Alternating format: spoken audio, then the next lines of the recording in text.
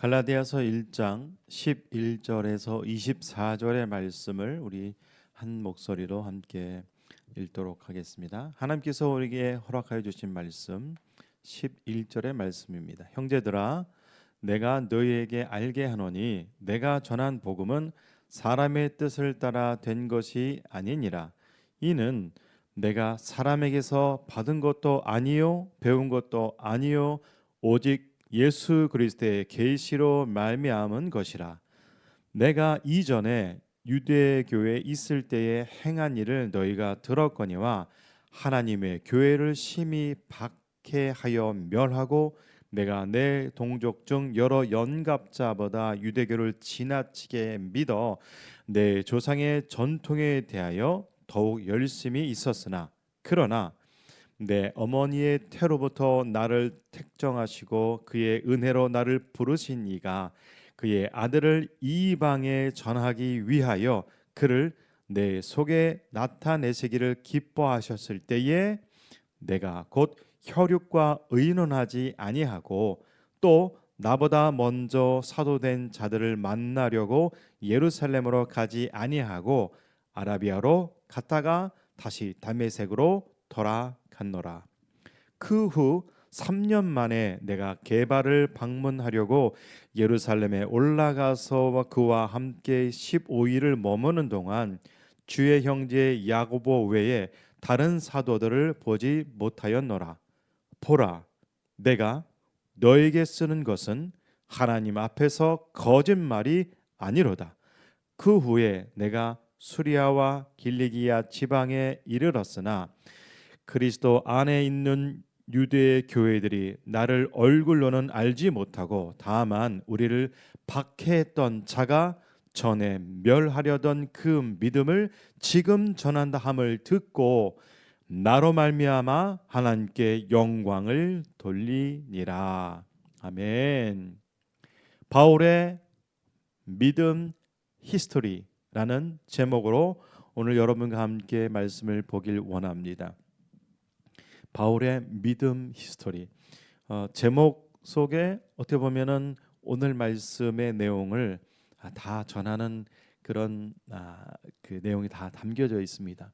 바울이 자기 자신의 어떤 믿음의 변화의 과정, 그다음에 변화된 그 이로 그것을 인하여 생긴 그런 여파에 대해서 오늘 바울이 말을 이렇게 기록하였습니다. 갈라디아서는 편지라고 제가 지난번에 말씀을 드렸고요. 지난 시간에는 갈라디아 지방에 편지를 쓸 때에 바울은 고린도에 있었다고 여러분께 말씀을 드렸습니다. 또 뭐 반복하는 말씀입니다만 신약 성경, 구약 말고 신약 성경이에요. 신약 성경의 27권 중에서 바울이 쓴 서신이 13권이나 됩니다. 그래서 거의 절반 정도를 바울이 기록했기 때문에 성경, 신약 성경을 읽는다는 것은 바울의 서신서, 바울이 쓴 성경을 읽는 것과 마찬가지입니다.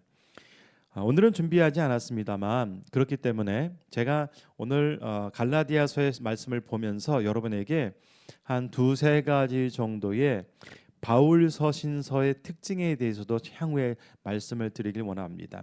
오늘은 그런 말씀 준비하지 않았습니다만 바울 서신서에서 가장 두드러지게 나타나는 것이 무엇이냐면 변증이라는 것입니다. 변론하고 그것을 통하여서 증거하는 것. 그래서 지금부터 2000년 전에 대단한 문학과 철학과 의술과 건축과 수학과 천문학에 이르기까지 발달되었던 그런 곳에서 교육과 훈련을 받았던 바울의 글 속에는요, 사실은 그가 표현하고 있는 이런 표현법들을 볼 때에 여러 가지 수사학적인 표현들이 정말 더 많습니다. 그래서 우리 갈라디아서의 말씀을 보면서 바울이 표현한 그 수사학의 한 부분을 봄으로 통해서 성경을 더 이해하는데 여러분께 도움을 드리고자 합니다. 여러분, 갈라디아서는 편지라고 말씀을 드렸습니다. 그래서 우리가 읽고 있는 개역 개정에는 이 그 편집되어져 있는 것이 뭐 발신자, 수신자 그렇게 표현되어 있지 않지만 성경 영어 성경의 버전에 보면 발신자와 수신자를 의도적으로 이렇게 나눠서 기록해 놓은 성경도 참으로 많습니다.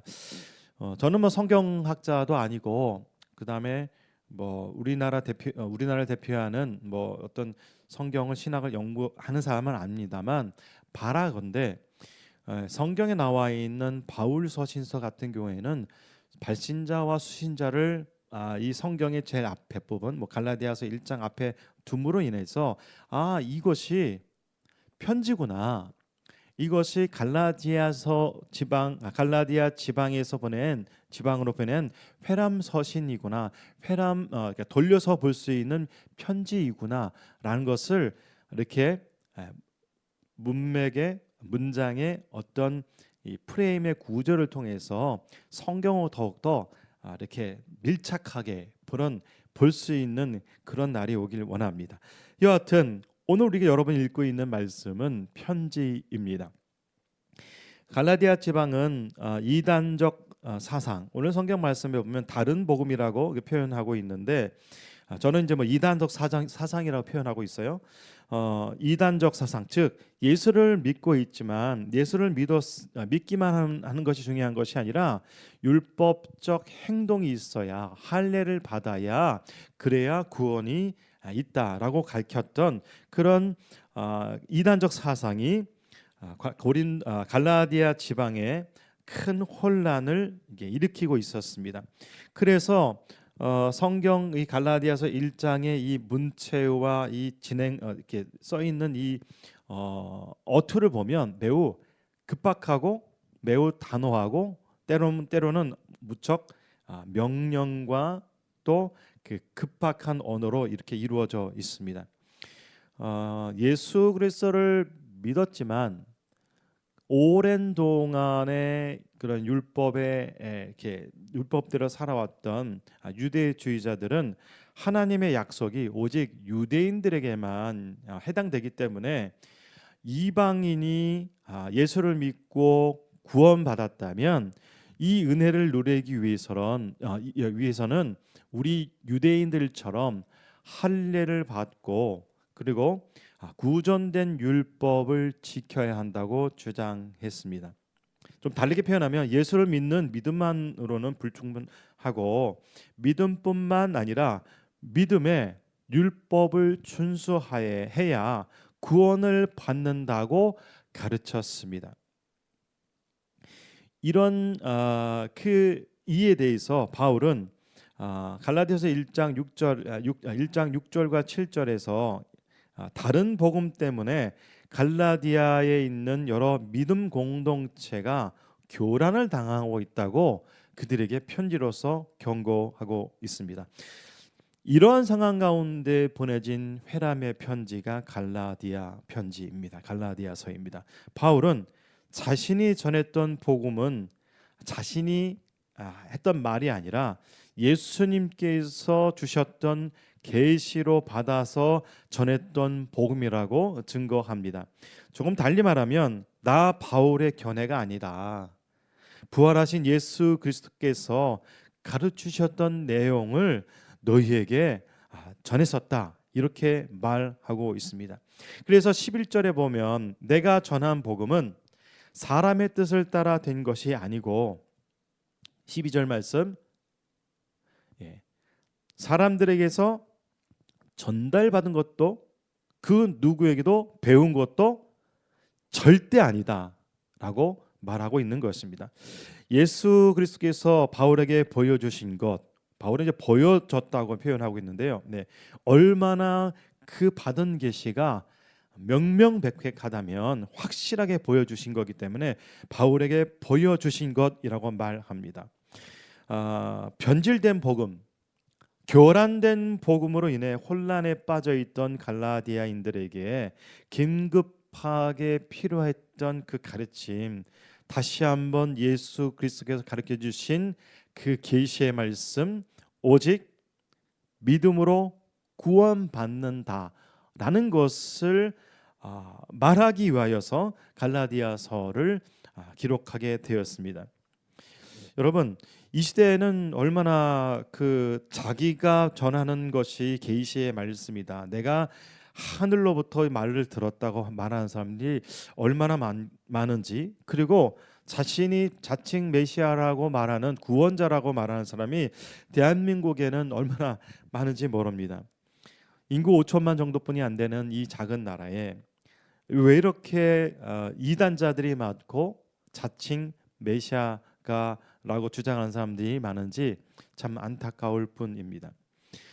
때로는 그런 생각도 해봤어요. 그렇게 너희들이 말하고 있는 그 사람이 메시아라면 그렇게 전국에서 이렇게 자기 자신이 메시아라고 외치는 사람들끼리 모여서 한번 논쟁거리를 한번 붙여보고 싶은 얼토당토하는 제 생각도 해보았습니다.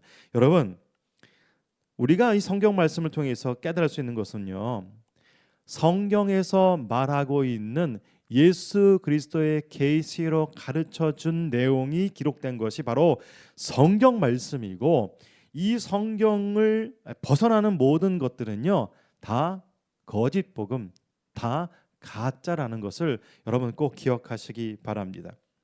바울은 이렇게 교란된 복음에, 다른 복음에 물들어 있던 갈라디아 지방의 믿음의 사람들을 위하여서 이제 자기 자신을 이제 변론합니다. 증거합니다. 그런데 오늘 11절과 24절에서 보면 자신이 어떻게 예수를 믿었는지, 그 전과 그 중간 과정과 그리고 예수를 믿고 난 후에 그의 그 내용을 밝혀야만 했습니다. 두 번째로, 바울이 증거하였던 복음이 왜 자신이 가르침이 아닌지, 또 다른 사도들로부터 가르침 받거나 전달받은 것이 아니었다는 것을, 그 사실을 증명해야만 했습니다.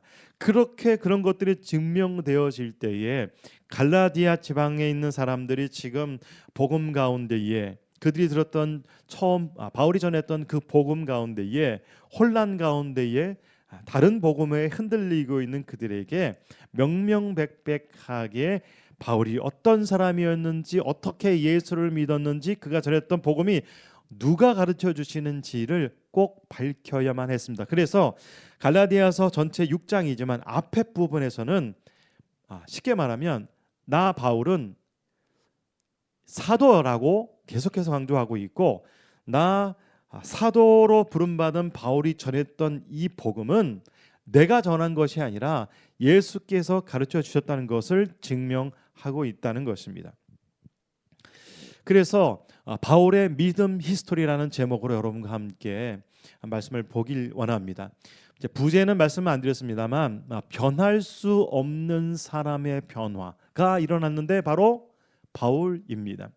우리가 지난번 사도행전 9장이었나요? 그 부분에 있어서 예수혁명이라는 제목을 가지고 바울이 다메섹에서 예수 그리스도를 만남으로 인하여서 정말로 변할 수 없었던 그의 생각과 그의 마음과 삶의 방향이 온전히 송두리째 바뀌었던 그 사건, 그 인물의 변화에 대해서 우리가 보았는데, 오늘 우리가 보고 있는 이 갈라디아서는요, 누가가 기록한 이 사도행전에서 보았던 바울의 이야기라면, 오늘은 나 자신 바울이 어떻게 믿음의 변화가 일어났는지 밝히는 자기 자신의 믿음의 자서전과 같은 자기 자신의 믿음의 변화의 과정을 이야기하고 있습니다.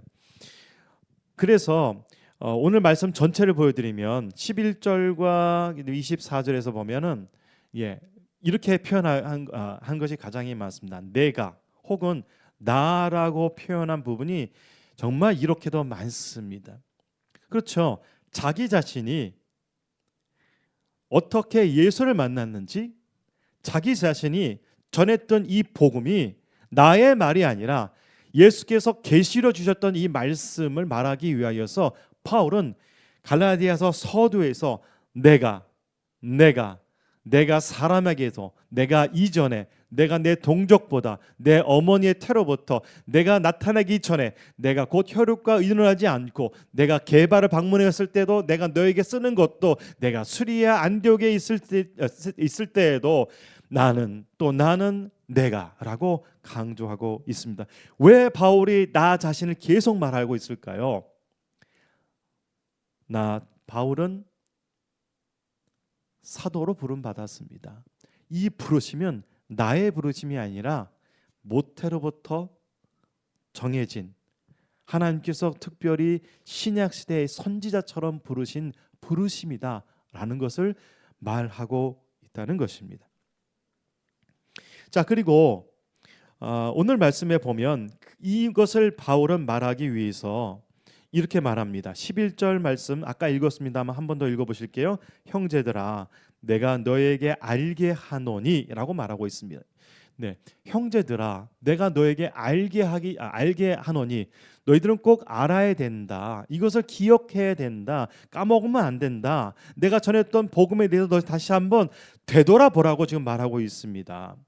이것은 사람의 뜻이 아니라 내가 오직 예수 그리스도의 계시로 받았다라고 12절에서 밝히고 있습니다. 바울이 증거했던 복음은요, 계시의 복음입니다.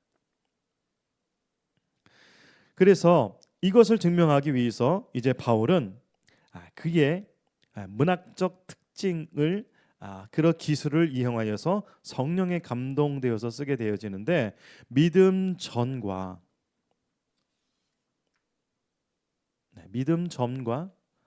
믿음의 중간 과정에 있을 때와, 그리고 예수 그리스도를 믿은 후의 내용을 13절과 14절, 그거 아직 보여주지 마세요. 13절과 14절, 그다음에 15절과 16절 그 중간 부분, 그다음에 17절과 21절 이렇게 구분되어서 증거하고 있습니다. 13절과 14절에서는요, 유대 전통의 열심이었던 나 바울을 이야기하고 있고요. 그 다음에 15절과 16절 그 중간 과정 A까지는 나 바울이 이방인의 사도로 부르심 받은 그 사건을 기록하였고요. 그 다음에 17절과 21절에서는 그가 전했던 그 메시지가, 그가 증거했던 예수 그리스도의 메시지가, 하나님의 나라에 대한 이 설명이 나의 이야기가 아니라, 나의 창작품이 아니라, 나의 어떤 문학적 기술이 아니라 오직 예수께서 주셨던 계시이다라고 이렇게 구분되어서 말하고 있습니다. 그리고 오늘 말씀의 적용 부분에서 여러분과 함께 보겠습니다만, 바울에 대한 소문에 대해서도 23절과 24절에 이렇게 기록해 놓았습니다. 바울에 대한 소문은요, 자기 자신을 말하는 것이 아니라 다른 사람이 바울에 대한 소문에 대해서 기록해 놓았다는 것입니다. 즉, 박해했던 그 믿음을 전하고 있다. 그렇게 변화받았다. 그렇게 삶의 모든 영역이 바뀌었다는 것을 이렇게 기록하고 있습니다. 자, 믿음 전을 보면 13절을 보시면 이렇게 말합니다. 말씀 보여주시면 돼요. 이제 내가 이전에 유대교에 있을 때에 행한 일을 너희가 들었거니와 하나님의 교회를 심히 박해하여 멸하였고 라고 말하고 있습니다.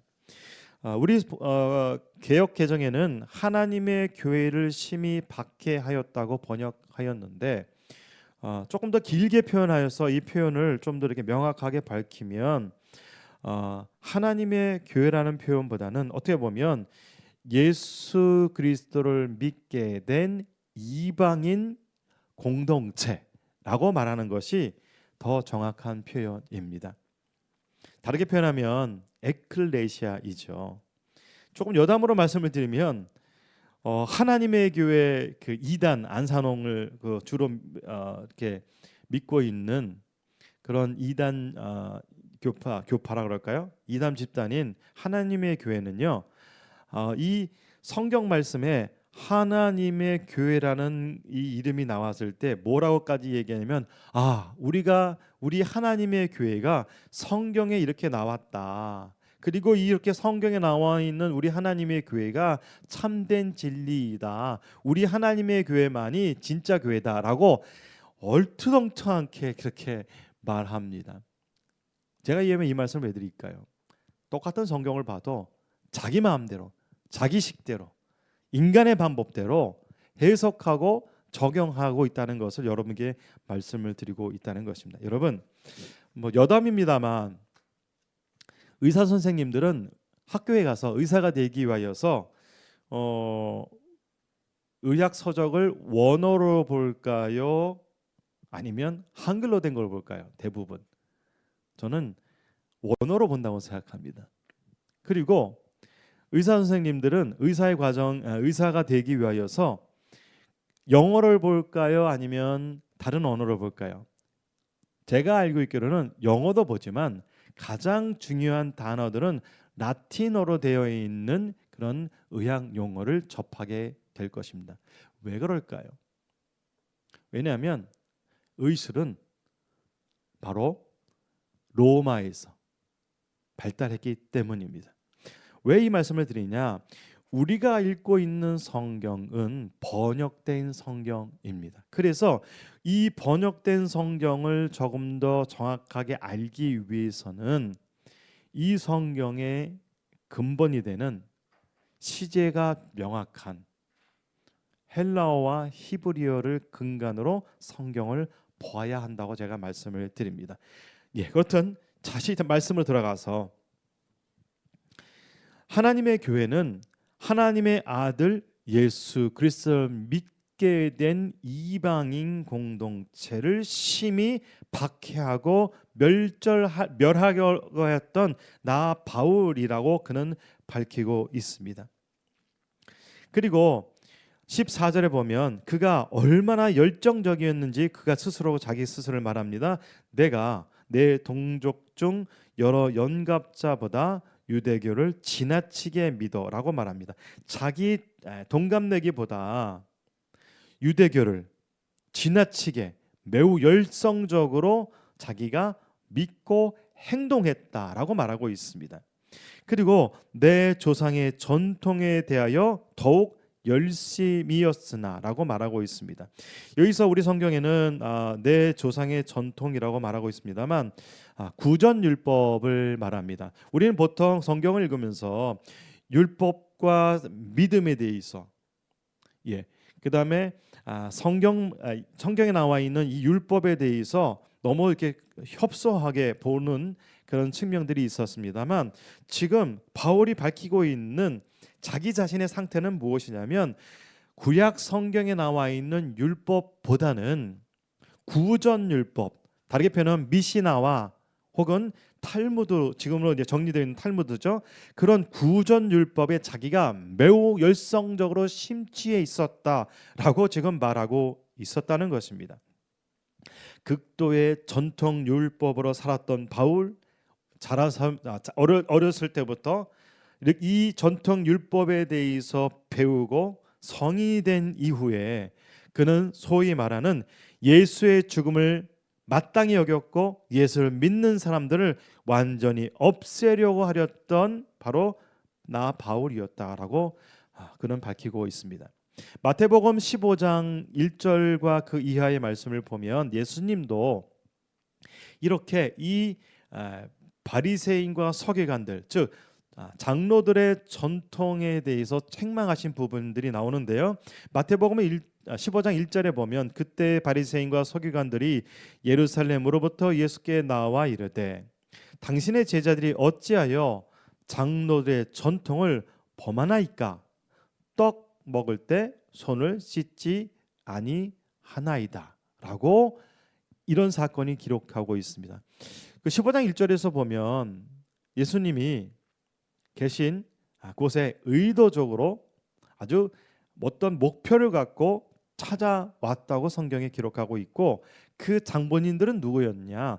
장로들의 전통을 지켰던, 그대로 살아가던 바리새인과 서기관들이 예수님께 와서, 제자들이 왜 밥 먹을 때 손 씻지 않습니까? 이것은 율법을 어긴 겁니다. 우리 장로들의 전통 율법을 어겼다라고 제자들을 예수님께 고발합니다.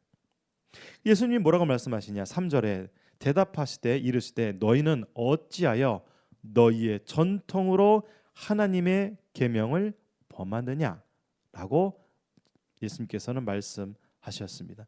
여러분, 우리가 구원은 율법이 아니라 오직 믿음이라고 우리가 알고 있습니다만, 이 여기서 말하는 율법은 정확하게 밝혀서 말씀을 드리면, 구약 성경에서 말하는 율법이 전체가 아니라 그들이 전통으로 지켰던, 뭐 지금 한 가지 예를 들었습니다만, 떡 먹을 때 손을 씻지 않는 거, 이거 율법을 어긴 거다. 그것을 지금 예수님께서는 책망하셨다는 것입니다. 바울도 이러한 전통의 율법, 구전된 율법대로 살아가던 사람입니다. 여러분, 가끔씩 TV나 아니면 이스라엘에 살고 있는 유대인들의 삶의 모습을 보면 행색부터가 다르죠. 네, 머리부터 발끝까지 행색부터가 다릅니다. 뭐 여러 가지 그 전통 율법이 있겠습니다만, 그들은 안식일 날, 토요일이죠. 토요일 날 불도 안 지핀다고 그럽니다. 어느 일정 거리도 걷지 않는다고 합니다. 왜냐하면 노동하면 안 되기 때문에. 소위 말해서 하나님께서 주신 이 구약의 창세기, 출애굽기, 레위기, 민수기, 이렇게 모세 오경을 통하여서 신명기의 말씀을 통해서 주신 이 말씀이 이렇게 마치 타이틀과 같이 정해져 있던 이 말씀을 자기 삶에 하려다가 하다 보니 자기 식대로 이렇게 구전 율법을 만들었습니다. 여하튼 바울은요, 그런 구전 율법대로 살아가던 사람이었고, 어떻게 보면 눈 떠서 눈 감을 때까지 365일 그는 정말 전통 율법에 완전히 사로잡혔던 사람입니다. 제가 좀 찾아봤어요. 뭘 찾아봤냐면, 바울 당시로부터 시내산에서 주셨던 이 계명, 율법의 계명을 주셨는데 몇 년 정도 지났을까? 어떤 학자들은 한 1200년, 어떤 학자들은 1400년 정도의 시간이 흘렀다고 그럽니다. 여러분, 뭐 앞에 100년 뒤에 100년 다 빼고 한 1000년 정도를 이 율법대로 살았던 그들이 예수님을 만났을 때 그들의 변화가 어떻게 쉽게 일어날 수 있었겠습니까? 물론 그들에 대해서 제가 그들을 옹호하거나 그들이 잘했다고 말씀드린 것이 아니라, 여러분에게 말씀드린 것은 뭐냐면, 이렇게 한 사람의 변화가 일어난다는 것은 정말로 쉽지 않다고 말씀을 드리는 것입니다. 이제 바울은 예수를 믿었을 때를 지금 기록하고 있는데요. 15절의 말씀, 오늘의 말씀 15절의 말씀입니다. 그러나 내 어머니의 태로부터 나를 책정하시고 그의 은혜로 나를 부르신 이가, 16절, 그의 아들을 이방에 전하기 위하여 그를 내 속에 나타내시기를 기뻐하실 때라고 말하고 있습니다. 바울은 다메섹에서 예수님의 음성을 들은 것에 대하여서 그는 자기 자신을, 이 사건을 이렇게 고백합니다. 내 어머니의 태로부터 나를 택하셨다, 정하셨다라고 그는 고백합니다. 이 고백으로 볼 때 바울은 자기 자신에게 주셨던 주님께서 주셨던 이 사명이 복음 증거자로, 특별히 이방인을 향한 그 복음 전도자로 불렀다는 그 사명을 그는 깨달았습니다. 그래서 바울은 이 복음을 나의 복음이라고 말하기도 하였습니다. 여러분, 정말로 바울은 혼신을 다하여서 목숨을 아끼지 아니하고, 우리가 사도행전의 말씀을 통해서도 보셨습니다만 정말로 헌신적으로, 열성적으로 복음을 증거하였습니다. 어떻게 보면 우리 이방인들이 이 바울의 열심과 이 오늘 읽고 있는 이 바울의 고백을 통하여서 우리도 감동돼야 하지 않을까요? 그는 자기 자신이 어머니의 태부터 택정받았다. 누구를 위하여서? 이방인을 위하여서. 무엇 때문에? 예수 그리스도의 복음을 증거하기 위하여서 그는 그렇게 고백하고 있습니다. 자, 그 다음에 17절 말씀 보면 이제 내가 예수를 믿고 난 후에 어떻게 되었는지를 말하고 있습니다. 17절 말씀, 나보다 먼저 된 사도 된 자들을 만나라고 예루살렘에 가지 아니하고 어디로 갔냐면 아라비아로 갔습니다. 그 아라비아에서 3년을 보내고, 그리고 18절에 보면 그 후 3년 만에 내가 게바를 방문하라고 예루살렘에 올라갔다고 말합니다. 게바는 베드로를 말하죠. 예. 그리고 그는 단지 예루살렘에서 15일 동안 머물렀었다라고 지금 밝히고 있습니다. 그리고 19절에 보면 주의 형제 야고보 외에 다른 사도들을 나 보지 않았다, 만나지 않았다, 내가 전했던 이 복음의 말씀은 누구한테 배우지 않았다라고 그는 밝히고 있습니다. 장소와 날짜와 사람의 이름, 베드로와 예수님의 형제인 야고보까지도 이렇게 만난 사람이 두 명뿐이 안 된다라고 지금 말하고 있습니다. 그래서 20절에서 이렇게 방점을 찍는 말을 합니다. 보라, 내가 너에게 쓰는 것은 하나님 앞에서 거짓말이 아니다 라고 그는 말하고 있습니다. 그렇죠.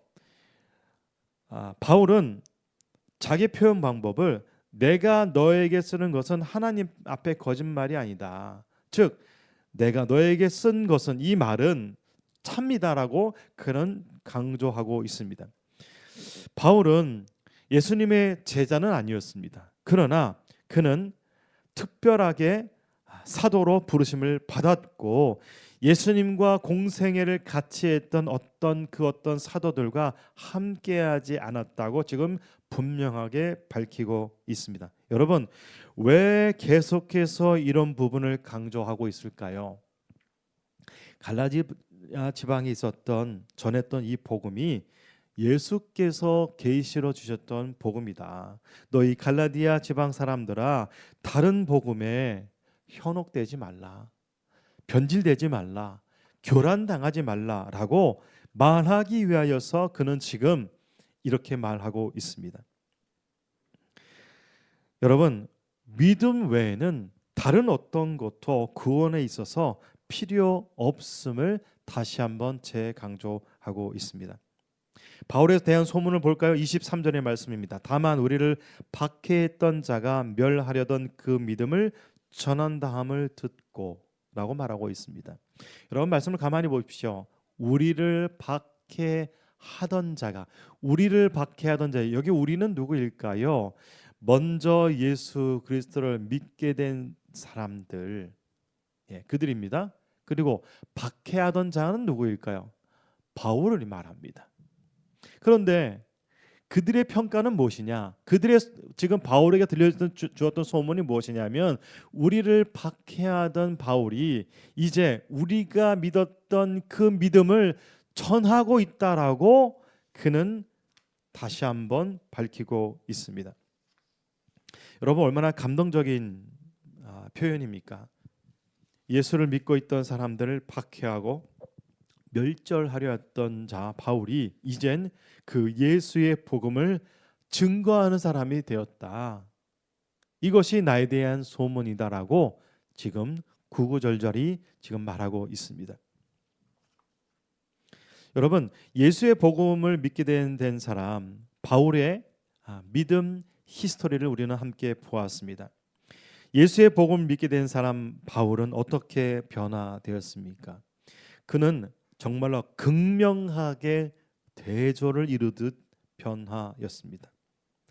쉽게 부분적으로 변한 것이 아니라 확연한 변화가 그에게 일어났다라고 그는 스스로를 밝히고 있습니다. 바울에 대한 소문을 통해서도 알 수 있다라고 말하고 있습니다. 혹시 믿음이 있는 사람이라면 우리 이 말씀을 읽음으로 인하여서 바울처럼 목숨을 걸고 그의 30대 인생부터 순교할 때까지 복음을 전할 수 있는 것이 믿음이라고 그렇게 비교하면 안 됩니다.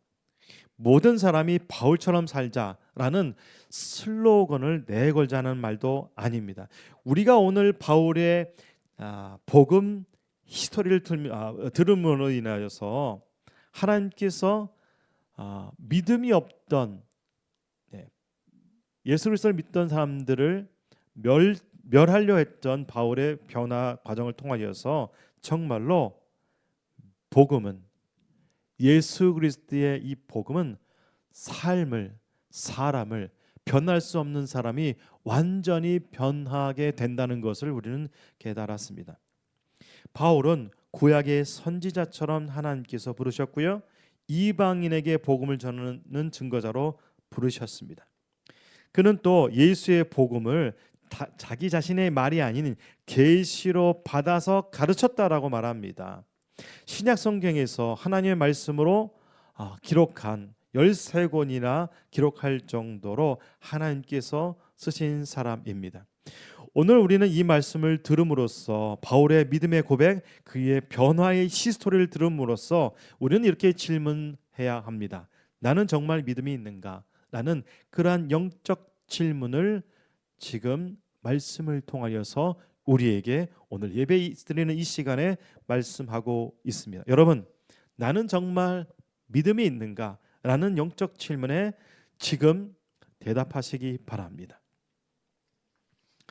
예배의 풍욕 속에 살아도 믿음이 흔들리는 사람들, 성경을 들어도 믿음이 생기지 않는 사람들, 교회는 오래 다녀도 예수에 대하여서 자랑하지 못하는 사람들, 사실 이것이 우리의 현실 아니겠습니까? 그러나 예배 풍요 속에서도 흔들리는 사람들이 왜 있습니까? 성경을 들어도 왜 믿음이 흔들립니까? 교회는 오래 다녀도 예수에 대해서 왜 증거하지 못하는 사람이 되었습니까? 우리는 다시 한번 이 영적 질문에 질문하셔야 됩니다. 정말로 나는 믿음의 사람인가?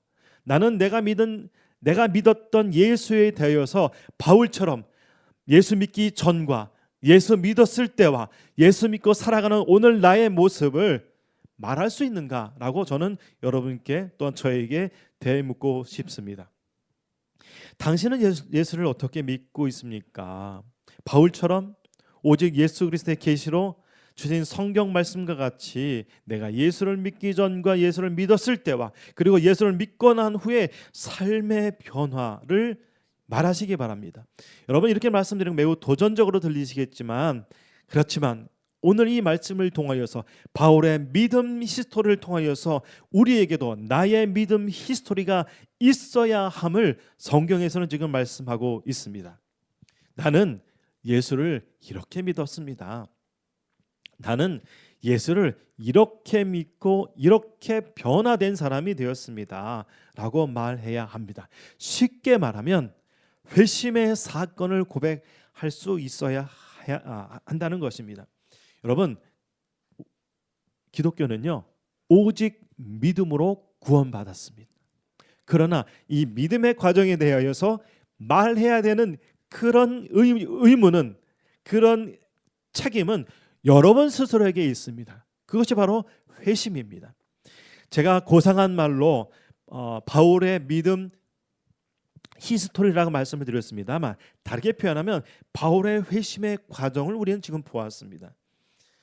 바울의 회심의 과정을 이렇게 성경에 기록하였다면 우리도 이 성경 말씀을 읽으면서 내가 어떻게 회심하였는지를 말할 수 있는 사람이 되어야 합니다. 믿음의 고백은 그 사람의 상태를 말합니다. 고백이 없는 신앙은, 하나님 앞에서 고백이 없는 신앙은 다시 한번 내 믿음을 되돌아봐야 될 신앙이라는 것입니다. 24절 말씀에 예수를 먼저 믿었던 사람들이 바울의 변화를 들었고 핍박자 바울을 변화시킨 하나님께 영광을 돌렸다라고 말하여 있습니다. 변화될 수 없는 사람의 변화가 바로 예수 그리스도를 믿는 믿음 때문에 일어났습니다. 갈라디아서 2장 16절을 찾아보실까요? 성경을 펼쳐 보십시오. 그 이후의 말씀인데 함께 읽어 보도록 하겠습니다. 갈라디아서 2장 16절의 말씀, 사람이 의롭게 된 것은 율법의 행위로 말미암음이 아니요 오직 예수 그리스도를 믿음으로 말미암는 줄 알므로 우리도 그리스도 예수를 믿나니 이는 우리가 율법의 행위로서가 아니고 그리스도를 믿음으로써 의롭다함을 얻으려 함이라. 율법의 행위로서는 의롭다함을 얻을 육체가 없느니라. 아멘. 이렇게 말하고 있습니다. 오직 예수 그리스도를 믿는 믿음이 있으십니까? 예수님이 오직 나의 구원자이십니까? 대답하셔야 돼요. 예수 그리스도의 보혈이 영원한 죄와 영원한 사망에서 주신 그 구원이심을 여러분 믿으십니까? 하나님의 영, 성령은 여러분 그냥 주시는 것이 아니라 믿는 자에게 주시는 것입니다. 바울은 자기 고백, 자기의 믿음의 히스토리를 말함으로 인해서 그것처럼 우리도 우리의 믿음의 히스토리를 말할 수 있어야 합니다. 우리의 삶의 변화, 예수를 믿고 난 후의 삶을 말하시길 바랍니다. 우리의 삶의 변화는 그리스도인으로 착하게 사는 것이 최종 목표가 아닙니다. 기독교를 믿는 종교인이 우리의 목표가 되어서는 안 된다는 것입니다. 사람에게 칭찬받는 것, 그것 또한 우리의 믿음 생활의 목표의 끝이 아닌 것입니다. 이런 것들은 부차적인 것입니다. 바울의 고백하고 있습니다만 그는 그리스도인들을 향한 광적인 핍박자, 정신적인 장난을 일으킬 만큼 그런 예수 믿는 사람을 괴롭혔던 사람입니다. 그는 어떻게 이런 정서적 변화와 정신적 변화와 삶의 모든 변화가 일어났다고 지금 고백하고 있습니까? 예수를 믿는 믿음 때문이라고 말하고 있습니다. 예수를 믿는 믿음은 모든 것을, 내적인 것과 외적인 것들, 그리고 다른 사람들이 보는 그 바라보는 시각마저도 바꿔 놓았습니다. 그것이 오늘 성경의 이야기입니다. 예수를 믿는 믿음으로 인해 마음이 바뀌고 생각이 바뀌고, 예수를 믿는 믿음으로 인하여서 언어가 바뀌고 삶의 목표가 바뀐 것에 대해서 바울은 말하고 있습니다. 여러분은 바로 예수를 믿으셨을 때에 마음이 바뀌셨습니까? 생각이 바뀌셨습니까? 여러분이 표현하는 언어가 바뀌셨습니까? 여러분의 삶의 목표가 바뀌셨습니까? 광적인 반대자에서 목숨을 다해 예수를 증거하는 예수의 증거자가 된 바울의 회심에 통하여서 우리도 이에 도전받기를 바랍니다. 그 거룩한 변화를 우리도 말하시길 바랍니다. 예수님께서는 마태복음 17장 20절에서 예수께서 말씀하신 너희가 만일 믿음이 겨자씨 한 알만큼 있어도 이 산을 명하여 여기서 저기로 옮기라 하여도 옮길 것이요 또 너희가 못할 것이 없다라고 말씀하셨습니다. 여러분, 이 작은 겨자씨는 작은 믿음을 말하는 것이 아니라 믿음이 있느냐 없느냐의 가르침입니다. 여러분, 바울이 고백하고 있는 그 믿음의 히스토리처럼 예수 그리스도를 믿음으로 고백하기를 간절히 소망합니다. 그렇게 기도하고 그렇게 살아갑시다. 마지막으로 나 땡땡땡은 나의 삶의 변화를 일으키신 하나님을 고백하는, 그렇게 살아가는 저와 여러분 되길 원합니다. 기도하시겠습니다. 살아계신 아버지 하나님, 갈라디아 많은 지역의 사람들이 교란된 복음, 변질된 복음, 율법의 행위가 구원을 얻을 수 있다는 그 복음에 그들은 온 교회 공동체가 흔들리고 있었습니다. 그 잘못된 다른 복음에 공격을 당하고 있었습니다. 우리는 바울의 자기 믿음의 히스토리를 통하여서 어떻게 예수를 믿었고 살아갔는지를 우리는 성경 말씀을 통하여서 그의 고백을 우리는 보았습니다. 우리도 오늘도 이 말씀을 읽을 때에 나는 정말 믿음의 사람인가라는 그 영적 질문에 스스로 대답하고 그 스스로 대답한 것에 따라서 아버지 하나님, 다시 한번 하나님께 무릎 꿇고 믿음 달라고 기도할 수 있는, 예수 그리스도만이 나의 구세주라고 고백할 수 있는 그런 믿음의 사람 되도록 우리를 붙들어 주시옵소서. 주여 진리로 인도하여 주시옵소서. 우리의 구원자가 되신 이 땅에 다시 오실 주 예수 그리스도의 이름으로 기도하고 또한 축복하고 또한 간구합니다. 예수님의 이름으로 기도드립니다. 아멘.